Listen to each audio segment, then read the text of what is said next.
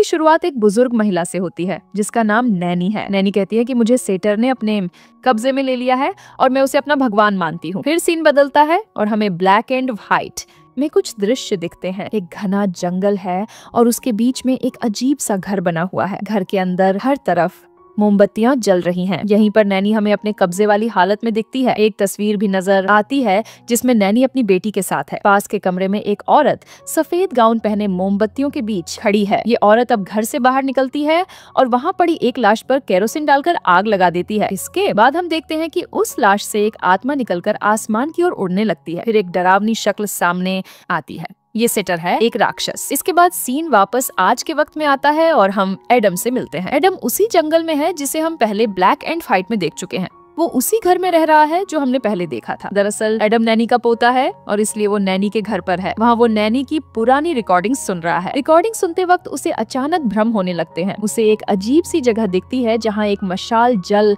रही है। वो इन भ्रमों में डूबने लगता है। तभी उसके कुत्ते की भौंकने की आवाज उसे वापस होश में लाती है। एडम इन भ्रमों को अपना वहम समझता है और फिर से जंगल में चला जाता है। उसने घर के बाहर एक कैमरा लगाया था। घर लौटने पर हम देखते हैं कि एडम के साथ एक और लड़का है। ये पीट है, एडम का भाई, जो उसकी मदद करने आया है। कैमरा लगाने के बाद जब वो इसे चेक करते हैं तो पता चलता है कि वो काम नहीं कर रहा। पीट कहता है कि कैमरे के कुछ पार्ट्स खराब हैं, उन्हें घर से लाना पड़ेगा। एडम उसकी बात मानकर सामान लेने चला जाता है।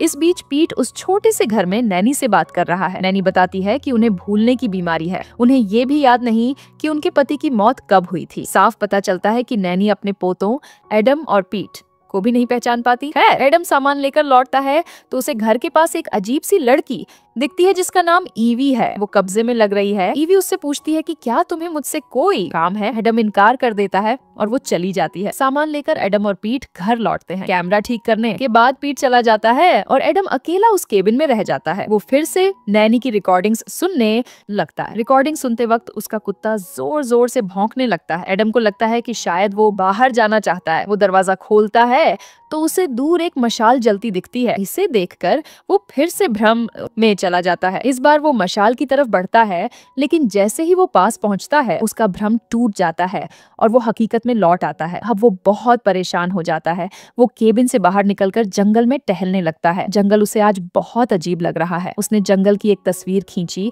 और घर लौटकर कंप्यूटर पर उसे देखने लगा। तस्वीर में कुछ भी अजीब नहीं दिखा। फिर भी उसने उसका प्रिंट निकाला। अगली सुबह एडम और पीट फिर से नैनी के घर जाते हैं। पीट नैनी से बात करने लगता है, लेकिन आज नैनी उसे पहचान नहीं पाती क्योंकि उनकी याददाश्त कमजोर है। बातों बातों में सेटर का जिक्र होता है। नैनी बताती है कि सेटर ने मुझे अपने कब्जे में लिया हुआ है। वो मुझे रास्ता दिखाता है, बातें बताता है और जो कुछ वो कहता है मैं उसे अपनी डायरी में लिखती हूँ। एडम घर में लगी पुरानी तस्वीरें देख रहा था जिनसे उसकी यादें जुड़ी थीं। पीट अपने घर चला जाता है और एडम केबिन में लौट आता है। आज उसे केबिन के बाहर से फुसफुसाहट की आवाजें सुनाई देती हैं, जैसे कोई धीरे धीरे कुछ बोल रहा हो। डर कर उसने बाहर देखा तो वहाँ ईवी खड़ी थी। उसके हाथ में एक एल्बम था जिसमें एडम की माँ की तस्वीरें थीं। तस्वीरें देखते वक्त उसे फिर से भ्रम होने लगते हैं और वो उनमें खो जाता है। जब वो होश में आता है तो ईवी वहाँ नहीं होती। उसे अचानक वो तस्वीर याद आती है जो उसने जंगल की खींची थी। वो उसे ढूंढने लगता है, लेकिन वो तस्वीर अब केबिन में नहीं मिलती। तभी नैनी की रिकॉर्डिंग अपने आप चलने लगती है। उसमें नैनी कहती है कि सेटर ने तुम्हें ढूंढ लिया है, वो तुम्हारी हर हरकत पर नजर रखता है। ये सुनकर एडम डर जाता है। पीछे मुड़कर देखता है तो केबिन में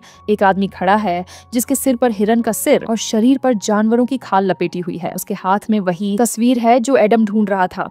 एडम घबरा जाता है। तभी रिकॉर्डिंग फिर से चलती है जिसमें नैनी कहती है कि सेटर तुम तक पहुंच गया है, वो अंधेरे में तुमसे मिलेगा। वो आदमी अब हिरन वाला मास्क हटाता है। उसे देखकर एडम डर से बंदूक उठाता है, लेकिन गोली चलाने से पहले लाइट बंद हो जाती है। जब लाइट फिर से जलती है तो वो आदमी गायब हो चुका है। अगली सुबह पता चलता है कि एडम का कुत्ता जंगल में कहीं गायब हो गया है। पीट अपने भाई के साथ उसे ढूंढने आता है, लेकिन रात तक उन्हें कुत्ता नहीं मिलता। अब दोनों अपनी बहन डेबोरा के बारे में बात करने लगते हैं जो अजीब तरीके से गायब हो गई थी। कोई नहीं जानता कि वो कहाँ गई, क्या हुआ। नैनी की रिकॉर्डिंग्स के मुताबिक सेटर उसे ले गया था। एडम कहता है कि मुझे लगता है नैनी के पति ने खुद को कुर्बान किया ताकि नैनी सेटर के साथ रह सके। पीट को ये बातें अजीब लगती हैं और वो वहाँ से चला जाता है। एडम अपने केबिन में लौटता है। वो ढेर सारी लाइट्स जलाता है और ईवी का दिया हुआ एल्बम खोलकर बैठ जाता है। इस एल्बम में उसके बचपन की तस्वीरें हैं, जिनमें उसका जन्मदिन भी शामिल है। उसे वो दिन याद आने लगते हैं जब उसकी माँ, पिता, नैनी और नैनी के पति सब उसकी खुशी में शामिल होने आए थे। यादों में जाता है कि जैसे सेटर ने नैनी को अपने कब्जे में लिया था, वैसे ही उसने एडम की माँ को भी लिया था। उसकी बहन डेबोरा उससे पूछती है कि क्या सेटर तुम्हें भी अपने कब्जे में लेता है। ये बात याद आते ही एडम चौंक जाता है और उसे फिर से केबिन के बाहर अजीब आवाजें सुनाई देती हैं। वो बाहर देखने जाता है तो ईवी पेड़ों से बंधी हुई दिखती है। वो उसकी मदद करने की कोशिश करता है, लेकिन अचानक उसे लगता है जैसे उसे भी किसी ने अपने कब्जे में ले लिया हो। वो ईवी का गला दबाने लगता है। शुक्र है कि ईवी के चीखने से पहले वो होश में आ जाता है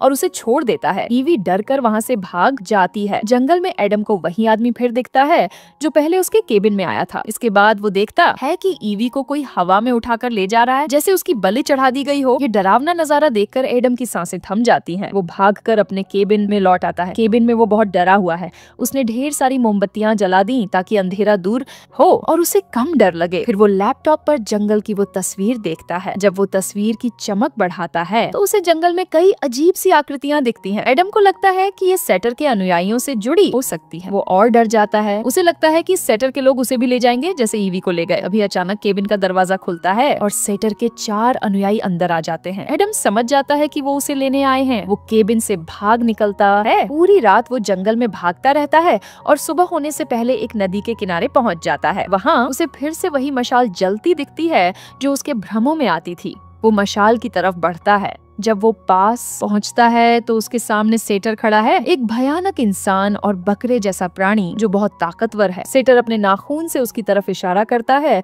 और सीन यहीं बदल जाता है। काफी समय बीत जाता है। मौसम बदल चुका है। पता चलता है कि उस दिन के बाद से एडम गायब है। पीट खुद को इसका जिम्मेदार मानता है क्योंकि वो अपने भाई का ख्याल नहीं रख पाया। एडम के गायब होने से उसकी मानसिक हालत इतनी खराब हो जाती है कि उसे पागल खाने में भर्ती करना पड़ता है। यहीं हमें डेबोरा दिखती है, उनकी बहन, जिसके गायब होने की बात पहले हुई थी। वो पीट से मिलने आती है, फिर नैनी से मिलने जाती है। वो नैनी की डायरी पढ़ती है जिसमें सेटर की बातें लिखी हैं। वो नैनी से अपनी माँ के बारे में पूछती है, लेकिन नैनी को कुछ याद नहीं। डेबोरा कहती है कि मैं अब पीट से मिलने जा रही हूँ, उसकी हालत बहुत खराब है। अगले सीन में डेबोरा पीट के पास है। पीट बहुत परेशान है। वो एडम के लिए उतना ही दुखी है जितना पहले दिन था। डेबोरा उसे समझाती है कि एडम कब्जे में आ चुका था, उसका अकेले रहना भी ठीक था। अगर वो गायब हो गया है तो शायद सेटर उसे ले गया, और अगर वो लौट आया तो मुझे लगता है कि वो हमें नुकसान पहुंचाएगा। डेबोरा की बातों से भी पीट को राहत नहीं मिलती। वो जिद करके एडम को ढूंढने निकल जाता है। उसके हाथ में अभी भी उसकी और एडम की तस्वीर है जिसे देखकर वो भावुक हो रहा है। बहुत ढूंढने के बाद भी उसे एडम नहीं मिलता।